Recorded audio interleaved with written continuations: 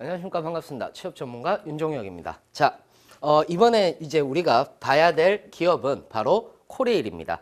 자, 코레일에 관심이 대단히 많으세요. 코레일에 관심이 많으신데, 코레일에 대한 분석과 역할 그리고 자소서에 대한 얘기들을 좀 해드리도록 하겠습니다. 우리가 코레일이다라고 얘기를 하면은 사실상 이제 코레일에 대한 부분들 홈페이지를 딱 여시면은 사업 분야, 열린 경영, 사이버 홍보실, 고객 지원, 코레일 소개가 있는데 이 부분을 많이 보셔야 돼요. 이 부분을. 코레일 소개를 많이 보셔야 되는데 이런 것들을 보시면서 이게 뭐야? 라고 이렇게 생각을 하시거든요.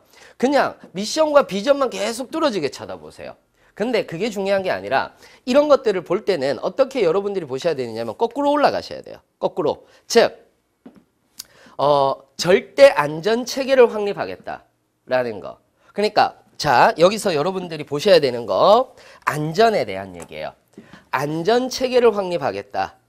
그 다음에 운송 체계를 구축하겠다. 그 다음에 창조적 고객 가치를 구현하겠다. 그 다음에 혁신적 조직 체질을 개선하겠다. 그 다음에 미래 성장을 동력을 확대하겠다. 자, 이거는 뭐냐 하면 자, 절대 안전 체계는 뭐냐 하면은 앞으로 코레일이 나갈 방향입니다.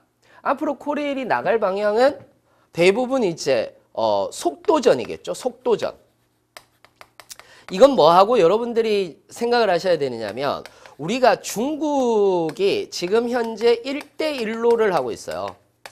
1대1로라고 얘기를 해서 중국의 어떤 사업인데 해상과 육로를 모두 다 중국을 통해서 잇겠다라는 그런 1대1로 사업을 하고 있거든요. 그런데 이 1대1로 사업에서 사업을 성공하려면은 400km 이상 되는 초고속 열차가 필요하단 말이죠. 그러면은 중요한 건 뭐냐면은 우리나라도 그러면 필요하지 않느냐? 필요하죠. 이거를 TSR이라고 얘기를 해서 우리나라는 중국을 관통하는 것이 아니라 러시아, 즉 우리나라에서 북한을 통해서 러시아를 통해서 유럽으로 확장시키자라는 이 운송체계에 대한 부분들을 가지고 있거든요. 여기에 대한 로드맵이 구상되어 있어요, 실제로. 그런데 문제는 있죠. 그러면은 이걸 했다고 쳐요. 여기에 대한 문제는 대단히 많습니다. 지금까지는. 그러니까 이건 국가적 사업이 필요한 건데 무슨 말이냐 하면은 이게 국제철도협회가 있어요. 여기에 회원, 정회원이어야 되거든요. 이게 성공하려면. 근데 정회원이 우리나라는 아니에요. 2014년에 우리나라가 정회원을 하려고 했었는데 정회원이 안 됐어요.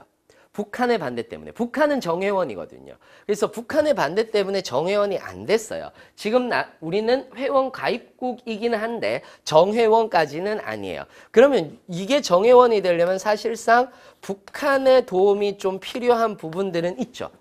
그래서 북한과의 관계가 좀 좋아져야 된다라는 거. 이게 이제 철도공사가 할 수는 없잖아요. 그러니까 어떤 정책하고 맞물려서 돌아가기는 하겠다라고 이렇게 보시면 되는 거고. 자, 그러면은 만약에 되었다라고 칩시다. 이 문제점이 있기는 하지만 만약에 되었다라고 칩시다. 국제관계가 좋아져서. 되었다라고 치면 우리나라도 뭐가 필요하냐면은 초고속 열차, 즉 400km 이상 가는 초고속 열차가 필요한데 초고속 열차의 가장 큰 문제점 중에 하나는 대형사고로 이어지면 안 된다라는 거거든요. 그래서 반드시 안전에 대한 문제가 필요한 거고 그 다음에 두 번째는 뭐냐면 기능적으로 대부분 이제 운전사라든지 이런 것들이 4차 산업혁명과 맞물려서 이걸 자꾸 우리는 뭘로 가자라고 얘기를 하느냐면 무인 시스템으로 가자라는 얘기들을 대단히 많이 해요. 그런데 사실상 이 무인 시스템이라고 얘기를 하는 것 자체가 더 안전하냐 안전하지 않느냐에 대한 논란은 되게 많아요. 그렇기 때문에 이 부분 오히려 이렇게 생각하시면 되거든요. 무인이 더 안전할 수가 있어요. 그렇지만은 여기에 대해서 사람들이 못 믿는 거거든요. 그럼 신적 안정감을 주기 위해서라도 무사고라든지 이런 것들에 대한 실적을 내야 되는 것들이 우선돼야 되는 거죠. 그렇기 때문에 철도의 안전체계 그리고 400km 이상에 되는 것에 대한 안전체계가 필요하다라는 거고요.